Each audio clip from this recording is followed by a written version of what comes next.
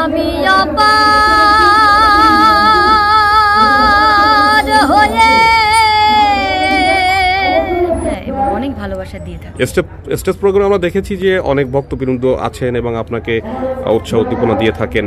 আপনি বাউল এবং লালন এই গানের মধ্যে কোন গানে বেশি পেয়েছেন, আকর্ষণ পেয়েছেন? অবশ্যই লালন, কারণ ছোটবেলা থেকেই লালন গীতিটা মানে আমাকে খুবই আকৃষ্ট করে এবং আমার মা বাবাও চাইতেন যে লালন গীতি শিখি, কারণ লালনের গানের ভিতরে যে তত্ত্ব আছে, যে বোঝার মতো বিষয় আছে, সেগুলো আমরা সাধারণ মানুষরা মানে সাধারণ যারা রয়েছে মানুষ আমরা কখনোই মানে ওইভাবে রিয়েলাইজ করতে পারি না বা বুঝতে পারি না।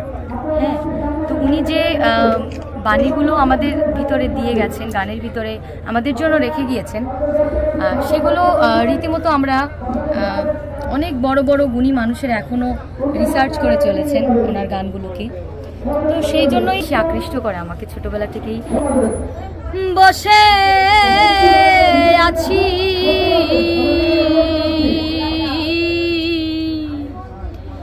ওহে দয়াময়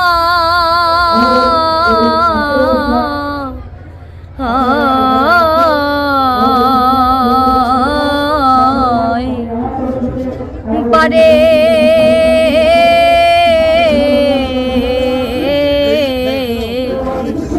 লয়ে যাও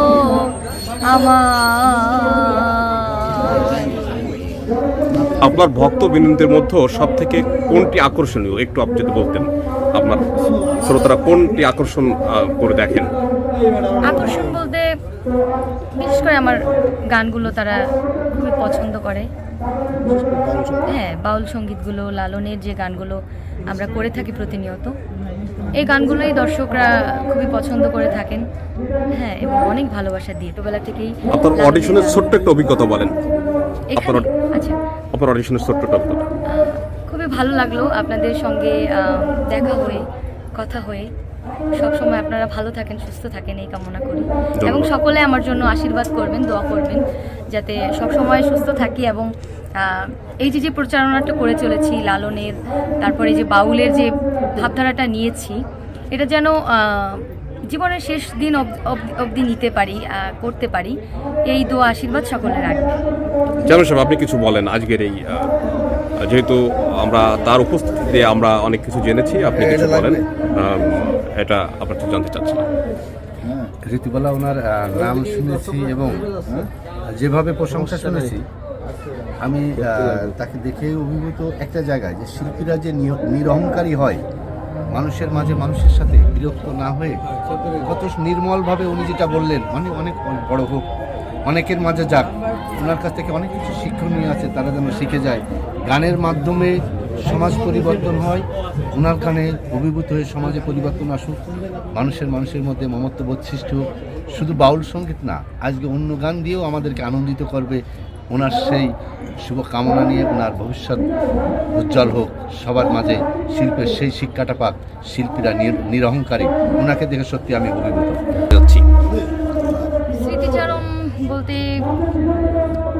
একটা জিনিসই মাথায় আসে, যে এই যে গানের জগতে আমার আসা অনেকটা স্ট্রাগলের ভিতর দিয়েই, মনে করেন যে ছোটোবেলা থেকেই এই গান বাজনাকে নিজের ভিতরে লালন করেছি, শেখার চেষ্টা করেছি। বিশেষ করে স্মৃতিচারণ করতে গেলে আমার মা বাবার কথা বলতেই হবে, এবং বিবাহিত জীবনে আমার হাজব্যান্ডের কথা বলতেই হবে, কারণ মা বাবা অনেক স্ট্রাগল করেছে আমার জন্য। আসলে তাদের স্ট্রাগলটা যদি না থাকতো, তারা যদি আমার সঙ্গে না থাকতেন, আজকে এত দূরে আসাটা বোধহয় আমার সম্ভব হতো না। ভক্তদেরকে আপনি কি করে দেখেন, কেমন দেখেন, কিভাবে দেখেন? ভক্তদেরকে আর কি বলবো, ভক্তদের কথা, তারা আমাকে যে ভালোবাসা দেয়, আমি মনে করি যে, হ্যাঁ, আসলে আমি মনে করি যে আমি আদৌ সেই ভালোবাসা পাওয়ার যোগ্য তা আমার আছে কি না, আমি সবসময় এটাই মনে করি।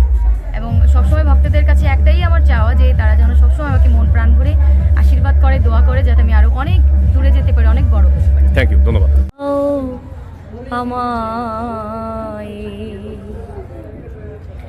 আমি একা রইলাম ঘাটে, ভানুষে বসি লো পাটে আমি তো ভাবিনে ঘোর সংকটে না দেখি উপায়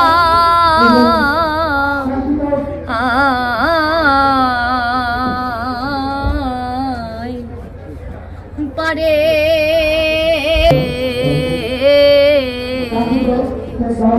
লয়ে যাও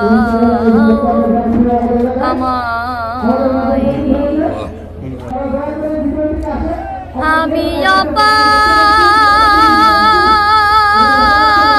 হয়ে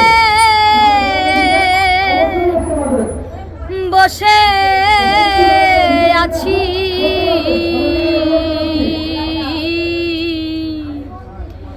ওহে দয়াময়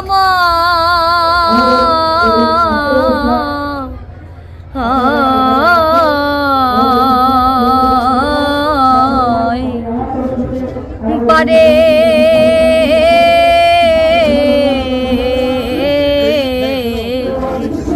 লয়ে যাও আমার